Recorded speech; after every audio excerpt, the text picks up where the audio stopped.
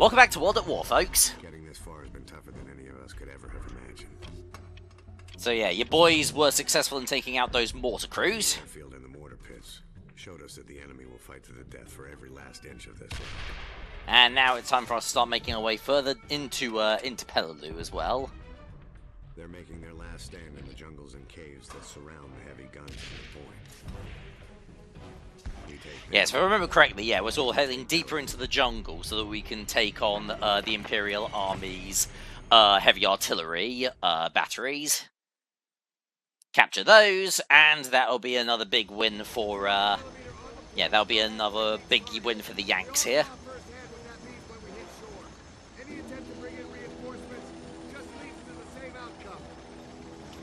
Finally get to have a nice sit down as well. So also take in the nice Japanese jungle atmosphere. I've never actually visited Japan as well. Yeah, never been to Germany, never been to Japan. I'd like to go there someday, but I don't really know exactly when.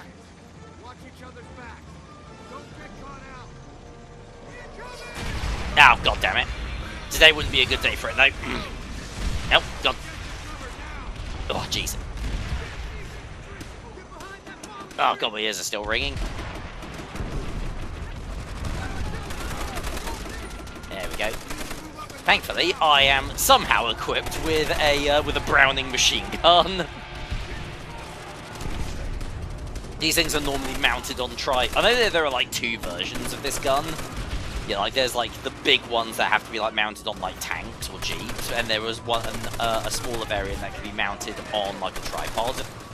What's my other gun? A trench gun. Okay, cool. I'll keep that.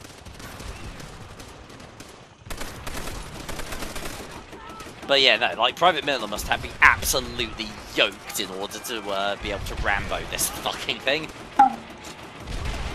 Although one nice little detail I do quite like with this gun is the fact that there's like a towel or like some cloth wrapped around the front so that I don't burn my hands. Ah, that's fun.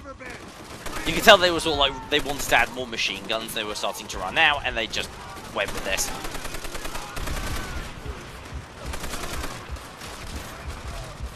Alright, better hunker down.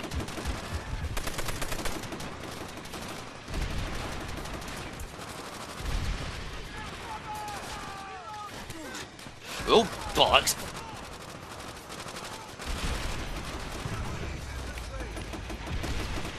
Tell you what, I just realised, yeah, Private Polanski.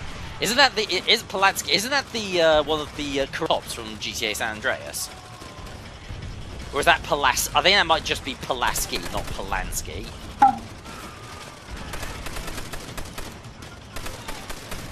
That's a video game that I really need to go back and revisit again sometime. I actually started finding myself getting back into Grand Theft Auto Online. God damn it.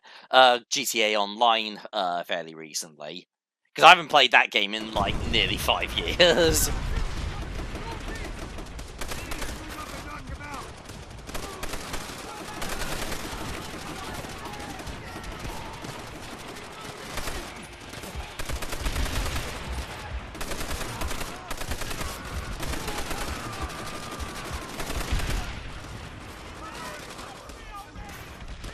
Poor little bugger.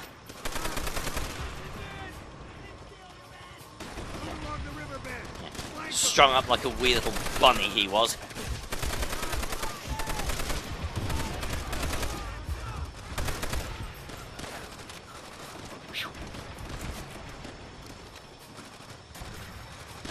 You'd think that spraying and praying with this thing would be a little bit more effective, but apparently not. Yep. Oh, god damn it.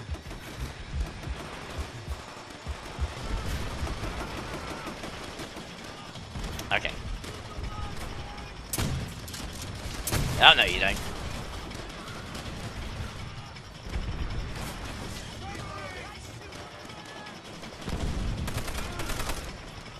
Okay, yeah, so someone to the east can definitely still see me from, Where the fuck did you come from?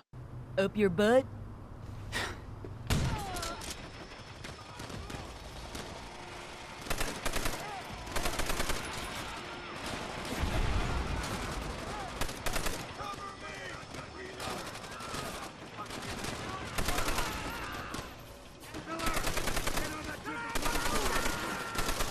Yeah, I'll get on that. I'll get on with that as soon as like some of these guys. Yeah, funnily enough, I've got a sneaking suspicion that these guys don't want me to get on that triple 23 for whatever reason.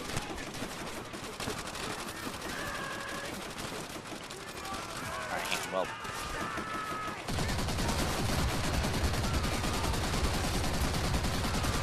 There we go.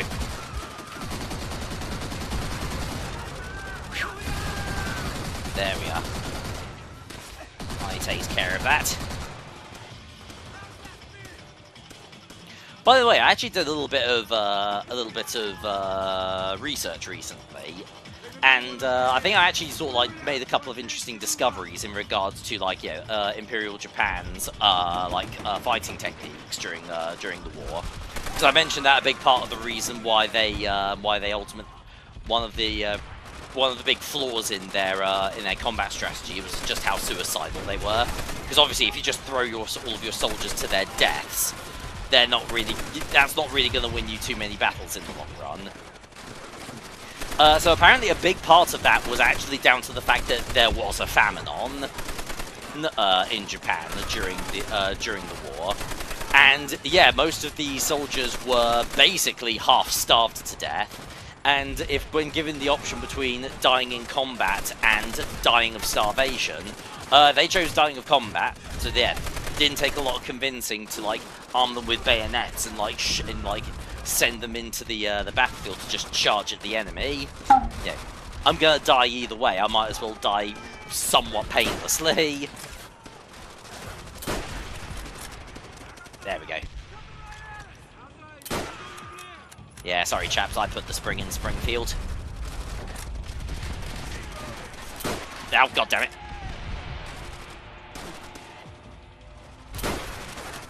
Shit. God damn it. There we are. Yeah, Miller's not that much better of a marksman than Petrenko is, unfortunately. Probably because he's controlled by me. There we go. But yeah, I've mentioned it before in the past that a big part of it was the fact that I was never especially good at sniping in Call of Duty multiplayer games, in particular. I never really enjoyed it very much. I'd rather just equip myself with something with a bit more fully automatic and just like blaze through other players.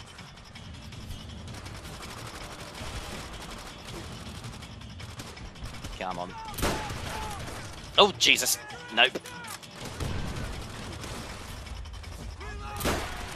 Oh, cool. Nice, got him.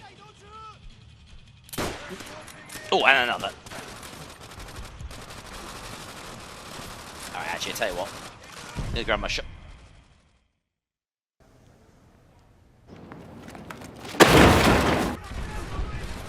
Alright. So, let's try the triple 25 again. Nope, fuck, no, those are friendlies.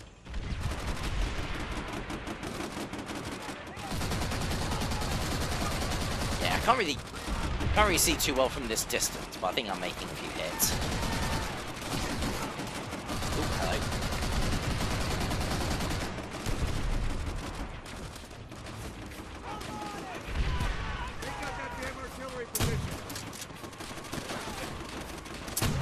Alright, there we go. Finally got to another checkpoint, at least.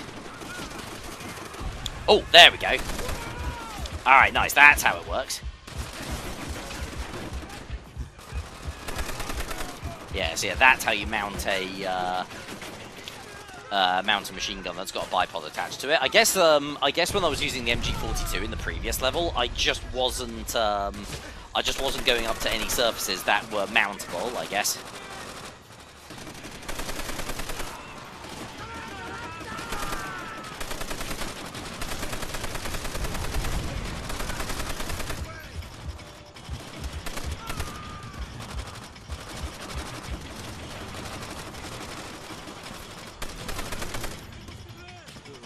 There we go.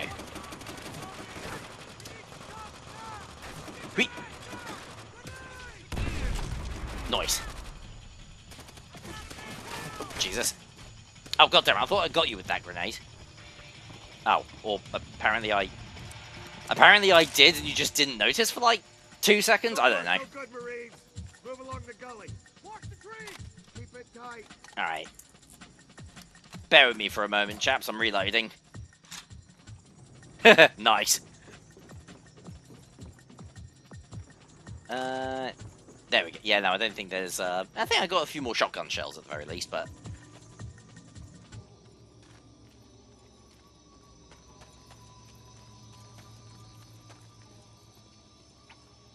Oh god, I'll tell you what.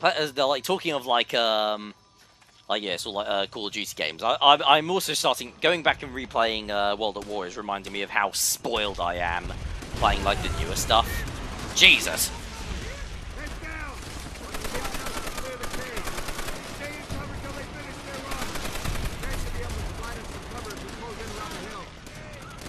There we are. See how they like it. There we go. Because yeah, because like your movement options in like later Call of Duty games, particularly like the ones from like the last couple of years, are like way more yeah, like they're quite a lot more what's the word I'm looking for? God damn it! I hate the way my brain works sometimes. Yeah, they're a lot more forgiving in terms of like the way that your movement works, giving you things like basically infinite sprint and like a Black Ops 6 having like the omni movement system, which I know a lot of people didn't like it very much. I always enjoyed that. There's something really satisfying about like just nose diving like like down a flight of stairs and then just blasting a few enemy players, just out of nowhere.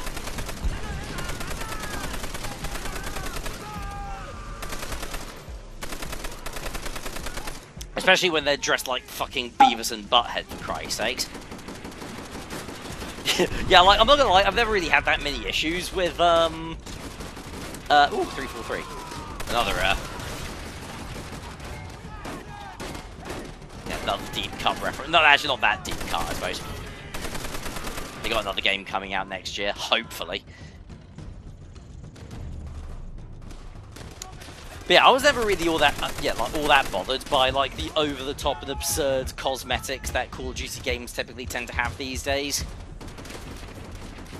Yeah, for two reasons. Number one, they're completely optional. I can just not bother with any of that stuff. Like playing Black Ops 6 is the very first time I've actually played a Call of Duty game without like spending any money on like the multiplayer stuff, like season passes or cosmetics or anything like that.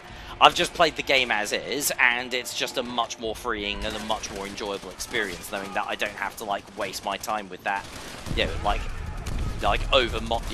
toxic monetized gubbins. Just play the game and shoot people. That's why we enjoy it so much. And the other reason is the fact that, I mean, you've seen some of the cosmetics that they release for Call of Duty games, and some of them are like absolutely absurd, and they make players stand out like a sore thumb, which honestly makes it easier to aim at them.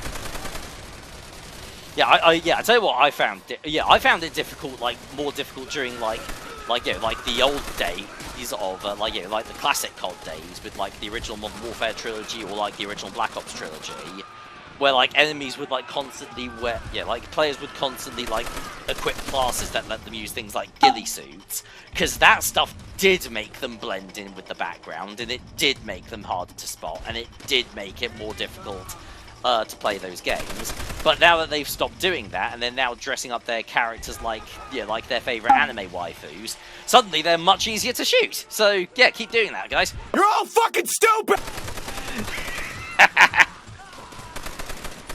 Alright, this is actually the final room of the level. We're actually almost right at the very end now. Jesus. There we go. And I think once we're done with this mission, I think we're heading back up to Russia for a bit to shoot some more Nazis. Which is always nice. Who doesn't like shooting Nazis? I mean, Nazis wouldn't like it very much, but, like, since when have I cared about what they like?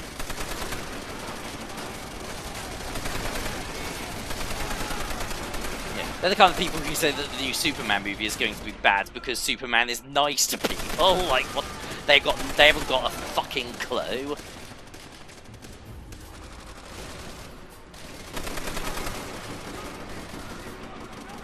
Alright, I think we're almost done here.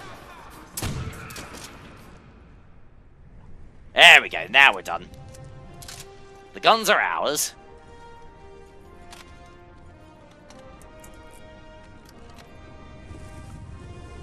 Call it in. Yeah, make mine double pepperoni with cheese, please. How many Marines did we lose taking this rock? Already too many. Relay the message to Davenport. The artillery on the point has been knocked out. Yes, sir.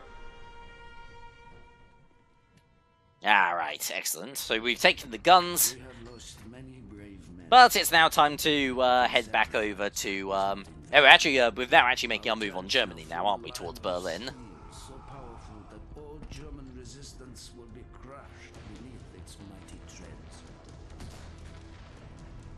Today, we will watch as Syria falls. Yeah, it's true that the Germans had, like, a lot of, like, pretty, like, advanced engineering and weapon technology, like, you know, during World War II, but they just didn't have the numbers compared to the Russians.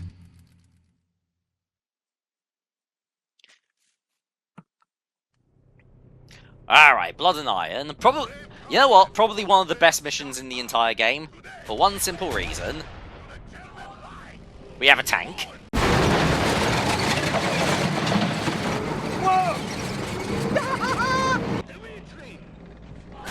With a flamethrower attached to it for a little bit of extra, yeah, just to show them that we really are hot shit.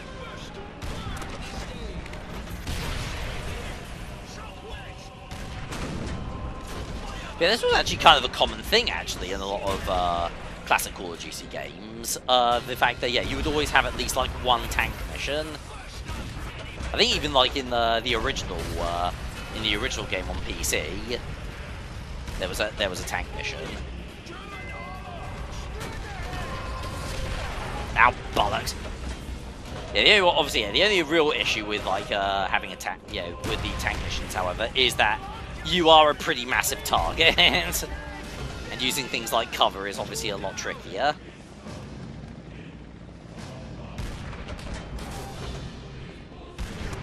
There we go. I'm hurrying!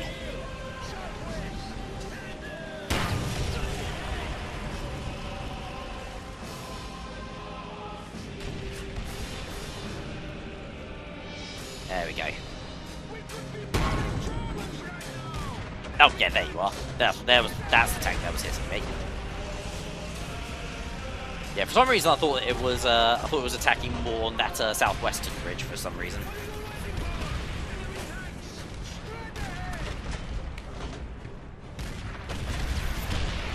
Ow. That was a rocket launcher. Oh, nice, one shot. Bap. Oh. See, I did mention beforehand on a couple of occasions. Like, I guess you could probably argue that it sounds like I'm being like it sounds kind of like a bit like an oxymoron. I'm like praising like the Germans' engineering during World War II, but at the same time saying that they were they were pretty stupid at the same time, which is technically accurate because yeah, because they did have like really advanced they did have like very advanced like tanks and weapons at their disposal, particularly things like, I know that we'll get our hands on one later on in the game, but the Sturmgewehr, their assault, the assault rifle, arguably like the first modern day assault rifle in existence. But like, yeah, that stuff was sort of created during a time when that really wasn't what they needed to focus on. Yeah, like, yeah, their economy was in the toilets. Their numbers were plummeting. Their morale was at an all-time low. So yeah, just like flooding more money and more of their economy into just making more more weapons and tanks and stuff like that instead of things like food or aid or anything like that, just ultimately did not help them in the long run.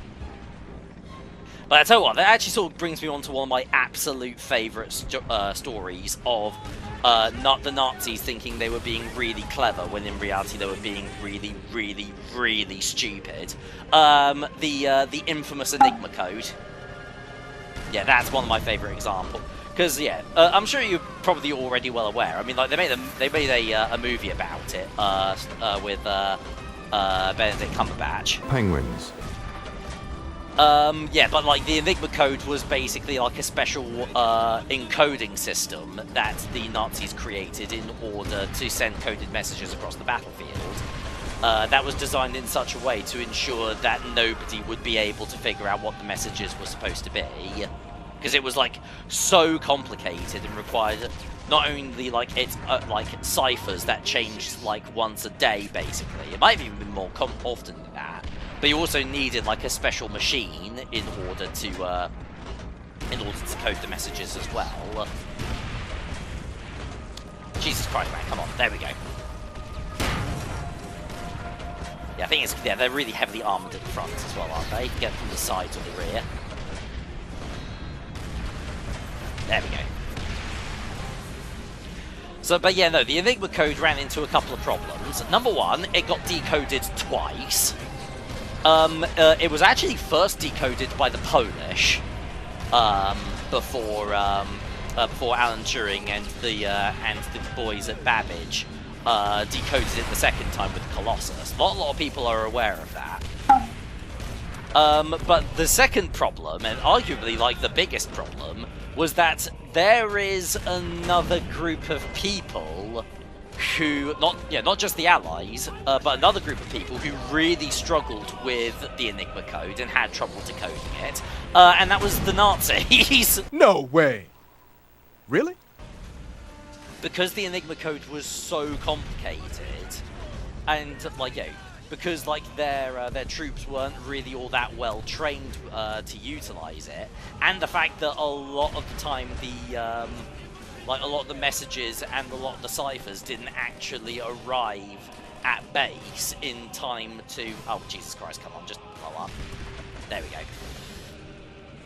Because a lot of that stuff often didn't actually arrive in time, the Nazis ended up not really being able to decode their own messages either. So, yeah, like one of the most complex, like messaging algorithms of its time, and it was completely worthless because nobody understood it.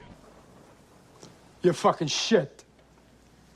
Where did you learn your trade, you stupid fucking cunt, you idiot? Yeah, they really were just like unbelievably pretentious, on top of so many other things.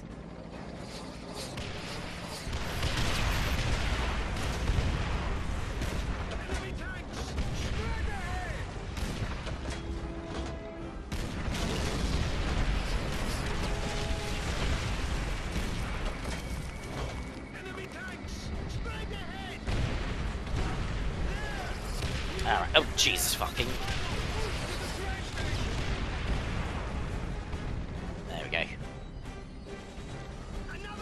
Do want to be a little bit cautious. I tell you one thing that does also help as well during these missions. Keep your eyes on that little tank in the corner of the screen there, because not only does it help you keep track of like where your turret is in relation to the main battle tank. But also, like, the color it is as well is dependent on how much armor you have as well. So the more yellow it turns, the weaker your armor is, and the more damage you're going to end up taking from being hit.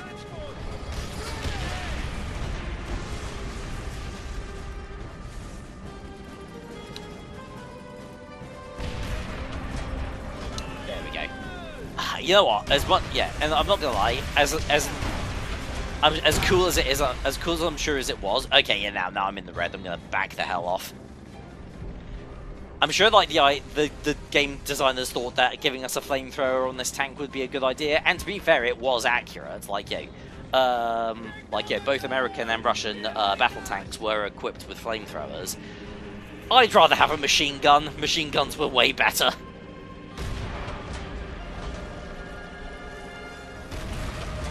In fact, here's a fun little fact for you. Actually, not so fun. Actually, it's actually kind of horrifying.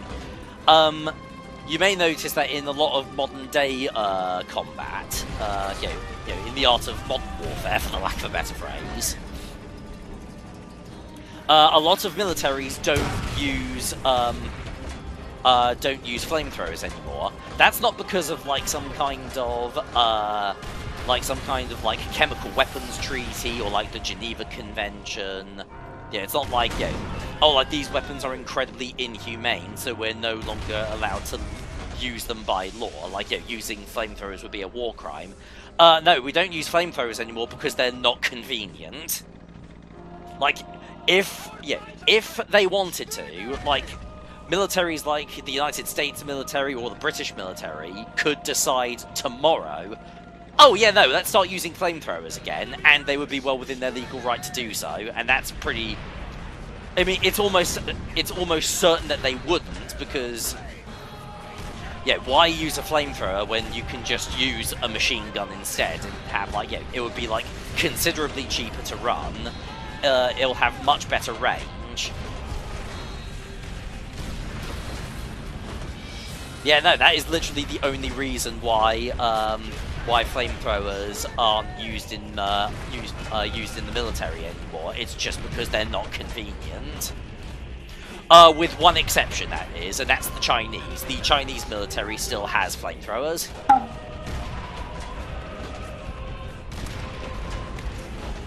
As far as I remember reading that, I can't remember where I read that from. That might, yeah, I'll correct myself if that's inaccurate. But I remember hearing somewhere that they're the only military left on Earth that still has flamethrowers.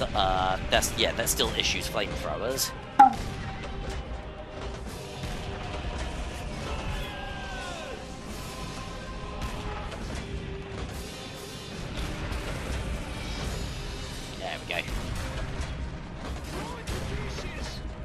I tell you what, I need to buy a bottle of vodka forever is like reloading the gun on my tank here, because he is lightning fast.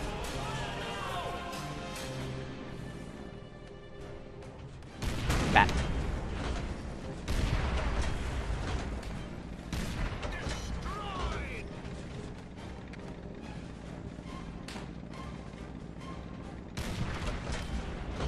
Alright, I think we're actually getting to the end here now. Yeah, there we go. We made it. Yeah, because there are the trains that we're going to use to enter Berlin, aren't we? Nice. I think that might actually be the very first mission that I've completed in the game that where I haven't died as well.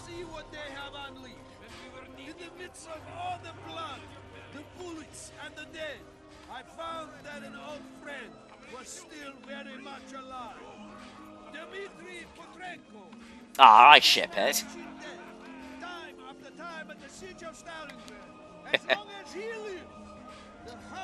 I mean, if I did, they'd probably get the firing squad. I'm pretty sure, yeah, because like homosexuality is illegal in Russia, but you know what? I'm just gonna shut up. With the line seal of not broken, nothing stands between the Red Army and Berlin.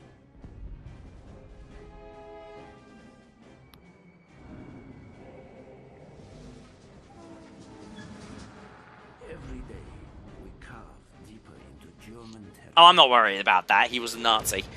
Every day, fear and desperation erode their will. When our train reaches Berlin, they will have nowhere left to hide. That being said, I know it's like historical footage, but yeah, I'm actually surprised that wasn't actually something that was more controversial with World at War. The fact that the fact that they're in some of the war footage, there is footage of people getting shot. On the Führer's birthday, the barrage of Katusha rockets will tear Berlin to pieces with your bullets, with your bayonets, with your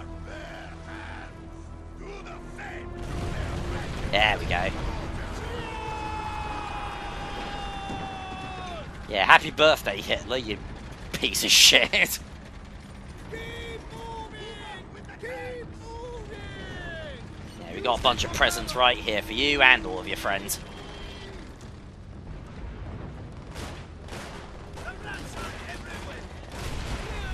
He was a, I'm not actually 100% certain if this is true or not. Hitler was a failed artist, wasn't he, as well? Seems to be like there seems to be something that happens quite often, I tend to find, that people who try to make it in, like, people who try to make it in things like art and media, but absolutely fail to do so, ultimately end up falling into like super right-wing ideologies for some reason. You see it happen today, but you even see it happen today for crying out loud.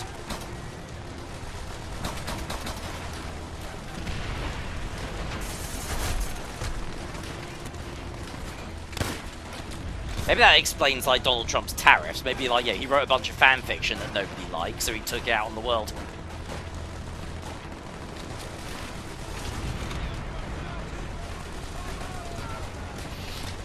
I take that back. I'm genuinely sorry. I shouldn't make. I shouldn't say something. I shouldn't say something like that about fanfic writers.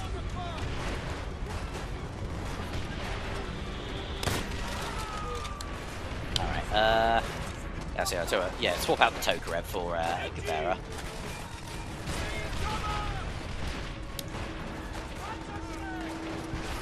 There we go.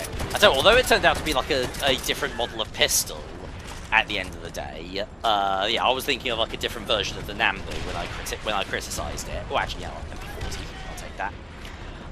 Yeah, another gun that's in this game that is absolutely that was absolutely appalling in real life was the Russian Tokarev. Like there was like a little clip on the side of the gun that basically held, I think it held like all of the pins in place, and therefore like it stopped the entire gun from falling apart. And pardon me. And it was like made out of like a really flimsy piece of sheet metal, so it was like incredibly easy for that thing to just fall apart in your hands if that little thing broke. There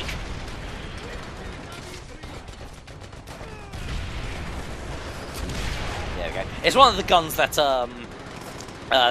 Zach Hazard took the piss out of in he and Mike's Fallout New Vegas video. So like he knows more about it than I do. Oh, and it's only 38 cap!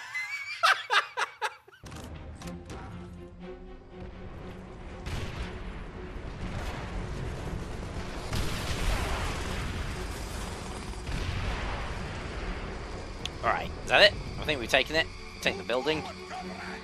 Yeah, we're taking it. Lovely. Oh, Jesus. Whew. Excuse it. Oh, actually, talking of which, yeah, here we go. We finally found one. Sturmgewehr.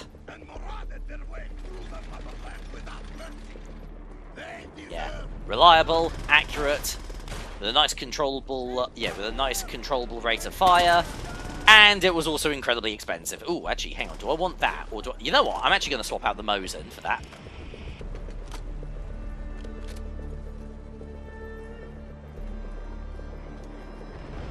But yeah, if I remember correctly, like these, like Sturmgewehrs were like one of the most expensive guns manufactured in World War II.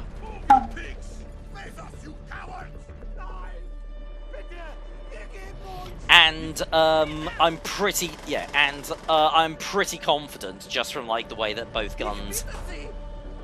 Yeah, not gonna happen.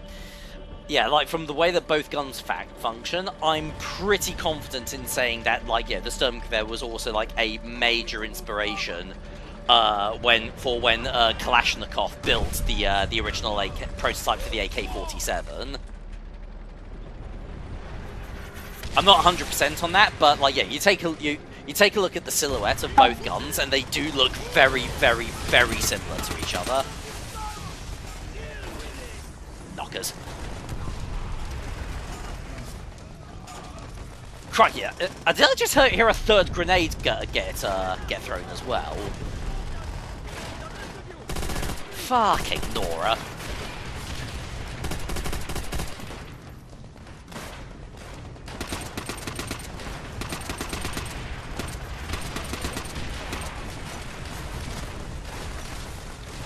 only problem is that, you know, I picked this gun up in excitement, not really appreciating the fact that it didn't have a lot of ammo, so...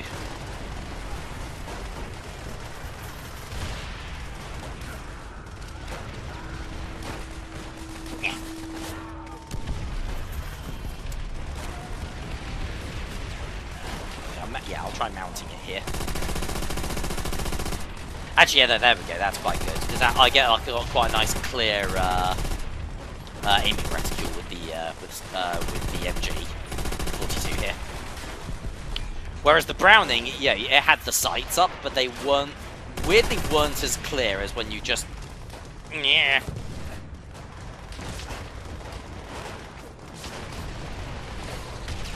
Yeah, weirdly weren't as clear as like just having like the just like this little reticule on screen instead.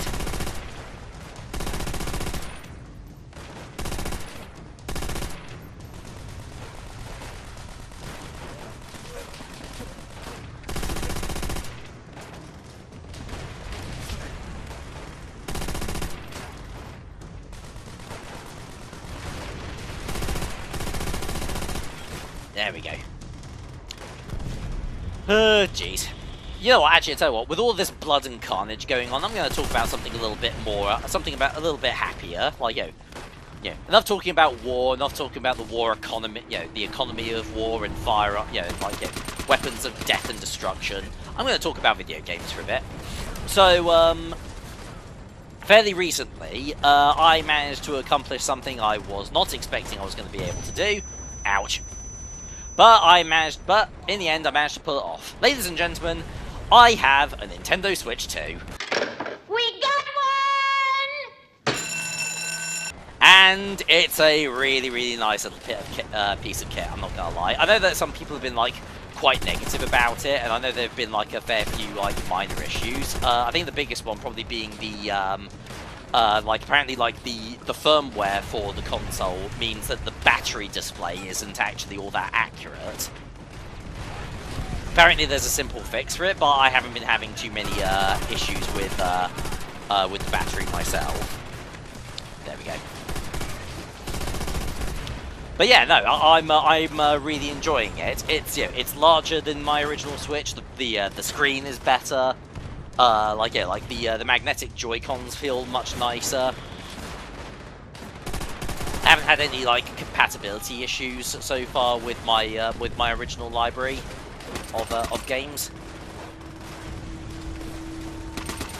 There we go. I just want to have a quick backtrack a bit. Were there any Kar98 Mosin? You know, I haven't actually used the Kar98 yet. There we go.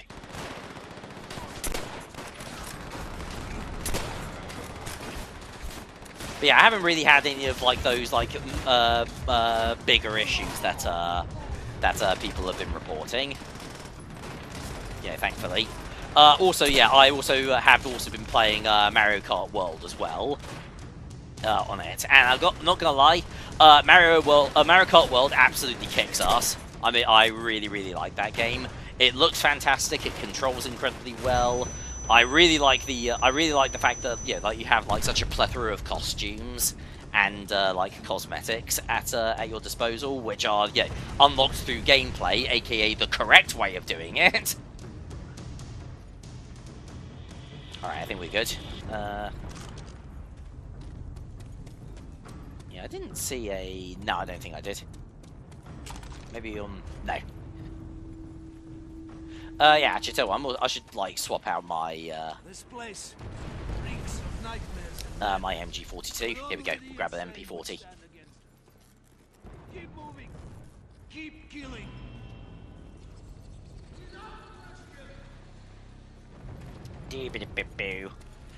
Anyway, what was I talking about? Oh yeah, Mario Kart World. But yeah, it looks great. It controls incredibly well. I've been having quite a lot of fun, like, sort of like, you know, just like exploring like the open world in the game, and like, you know, solving like a bunch of the different like optional puzzles and stuff like that. I think my only real like major critique of the game is unfortunately it is Mario Kart 8 Deluxe, because although I think Mario Kart World has the potential of being a much better game than 8, it is technically, by all intents and purposes, it is technically content light at the moment. But that's purely down to the fact that Mario Kart 8 had so many like updates and DLCs made available for it, including the most recent one, which literally doubled the game size. That being said, I am 110% confident that Mario Kart World will receive like just as much support as 8 did. Hopefully even more so.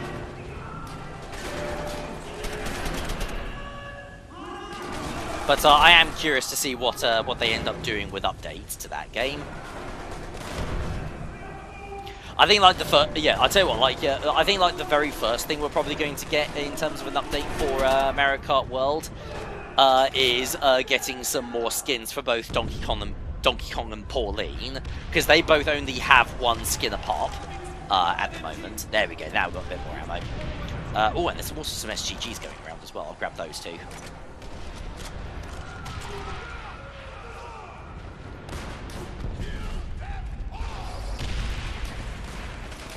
Because unfortunately at the moment, both characters have only got one skin apiece.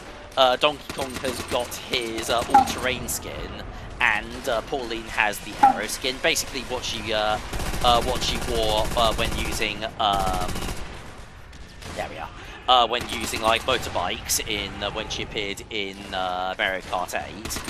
And those are the only skins that they both have. But Donkey Kong Bonanza is about to launch. So undoubtedly, some of the skins in that game are going to end up getting added to Mario Kart World as well. Truth be told, one skin I would actually quite like to see with Pauline is she has her default outfit in Mario Kart, in Donkey Kong Bonanza, with the baggy jeans and the freckles. I would like to see adult Pauline in that outfit.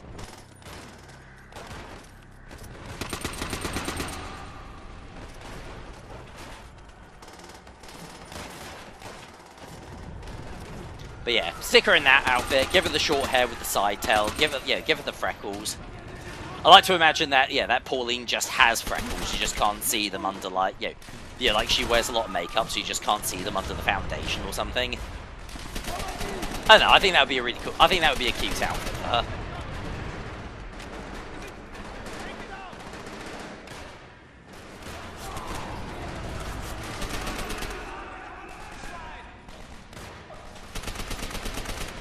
As for Donkey Kong, undoubtedly they're going to put him in like his overalls and like the mining hat as well, with the torch attached to it.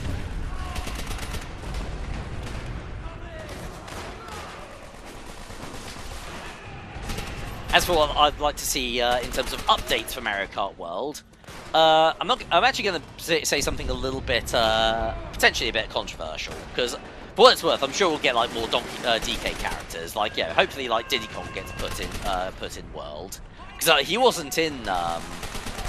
Was he in Mario Kart 8? I can't remember off the top of my head if he was added in an update or if he was just completely absent.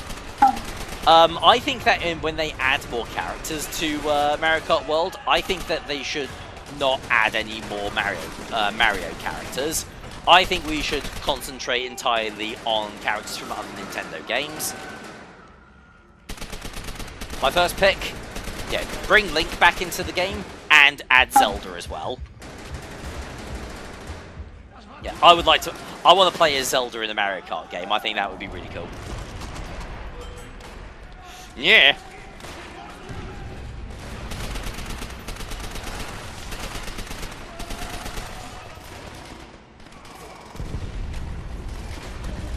There we go. Actually, I've got quite a lot of STG ammo here, actually.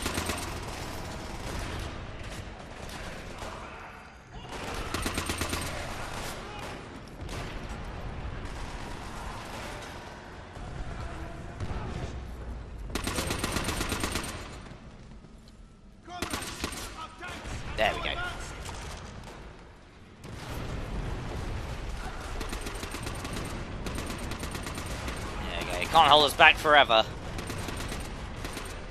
Especially not when you've got a video game character who picks up all of your guns.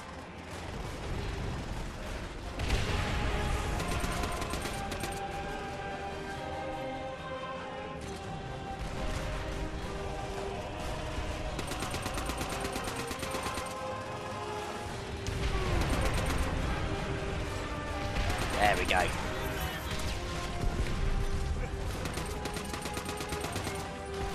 Yeah. Yeah, it's not so nice when it's happening on your home turf. It does it. Is it, rather.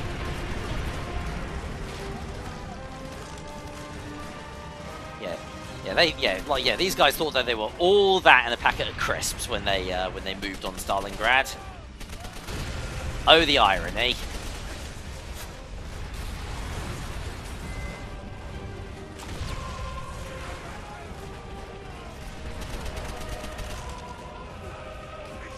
There we go. Yeah, for Stalingrad. For my brothers. For our men, women, and children. For Stalin. Actually, no, not for him. He can fuck right off.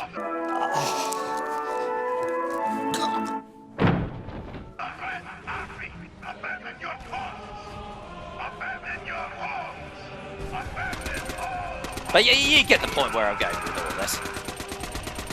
There we go. But we'll have to continue our push into Berlin in the next part. Thank you very much for watching. I'll see you guys next time for some more World at War. TTFN.